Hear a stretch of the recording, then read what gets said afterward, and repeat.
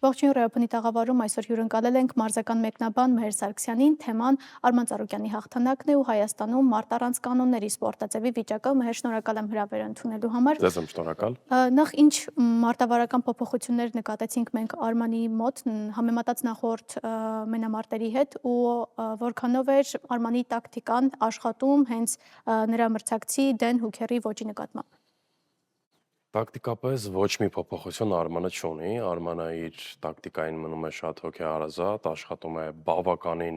մեծ եռանդով, քանի որ վերջին շրջանում նաև նրա ֆիզպատրաստությունն է բավականին բարձր մակարդակի հասել, հաշվի առնելով նաև այն հանգամանքը, որ նա վերջերս մարզվում է նաև Խամզատ Չիմայևի հետ, վստահաբար կարող եմ ասել քաշերի տարբերությունը շատ մեծ նշանակություն ունի պարապմունքների ժամանակ։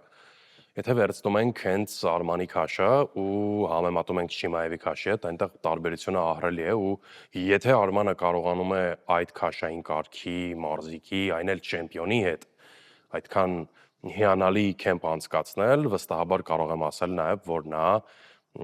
հետայսու օկտագոնում խնդիրներ չի ունենալու, քանի որ իր քաշային կարգը այնպիսինն է, որ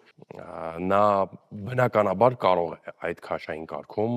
լուրջ պայքար առաջարկել։ Իսկ այն, որ ծանր քաշայինի հետ է մարզվում, դա բնականաբար նաև խոսում է նրա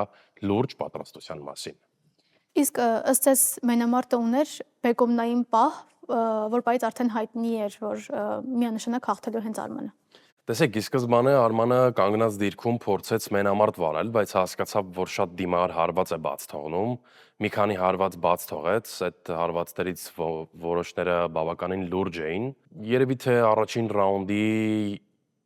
կեսից հասկացավ, որ պետք է շարունակել արդեն այլ ոճով։ Արմանը բազում ոճերի է տիրապետում, թե կանգնած դիրքում, թե պարտադրությունում, հիանալի մարդ է վարում, կապ չունի նա կլինի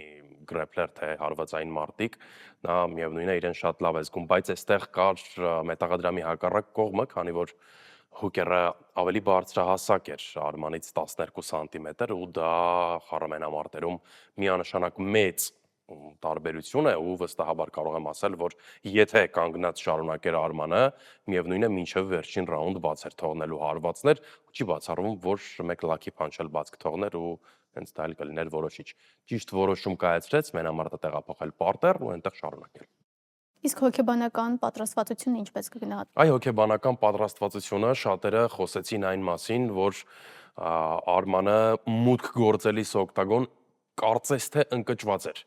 բայց ես ինքս լինելով մարզիկ շատ լավ գիտեմ, որ այն հայացքը, որը ուներ Արմանը, դա ընկճված մարզիկի հայացք չէր։ Դա պարզապես մաքսիմալ կենտրոնացված եւ իր մտքում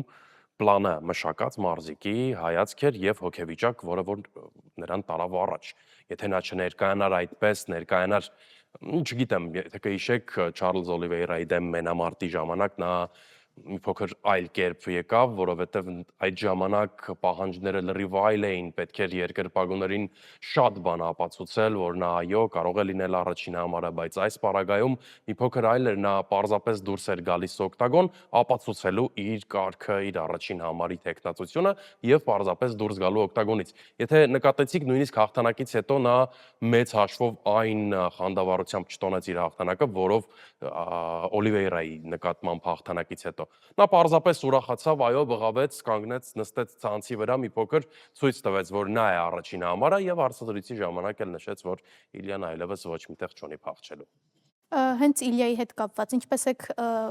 ինչպես կգնահատեք Ծառուկյանի հնարավորությունները հենց Իլիայի դեմ մարտում ու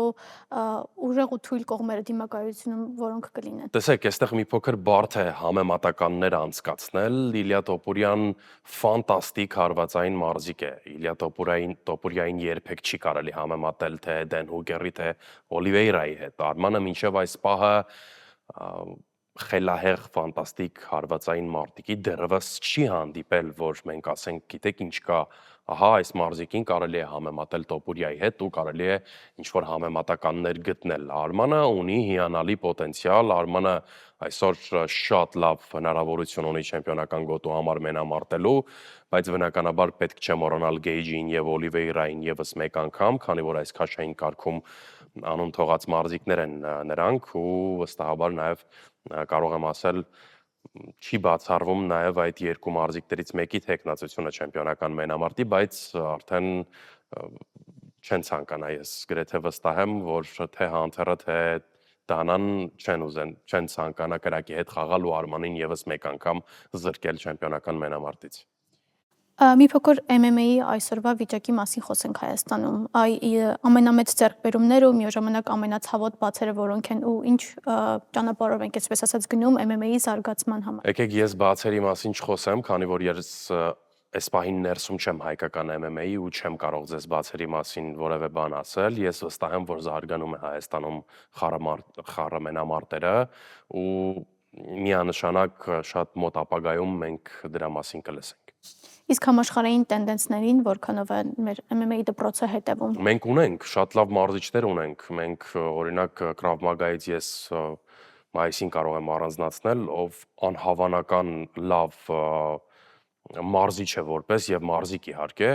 այսը իր ունակություններով շատ բազում մարդկանց է կրթում, թե թող լինեն երիտասարդներ, թե արդեն հասուն տարիքի տղամարդիկ, միևնույն է իր գիտելիքը եւ իր ունեցվածքը կարողանում է փոխանցել այն մարզիկին, որ մարզվում է։ Մի փոքր նաև ապագայի մասին խոսենք, այ 5 տարի հետո, որոնք կլինեն Հայաստանի ամենացայտուն ձեռքբերումները ըստ ձեզ։ Խառամենամարտերում թող լինեն մարզիկներ, ովքեր կներկայացնեն տարբեր միջազգային ասպարեզներում, դա կլինի, չգիտեմ, LFA, դա կլինի Combat մրցաշարը կամ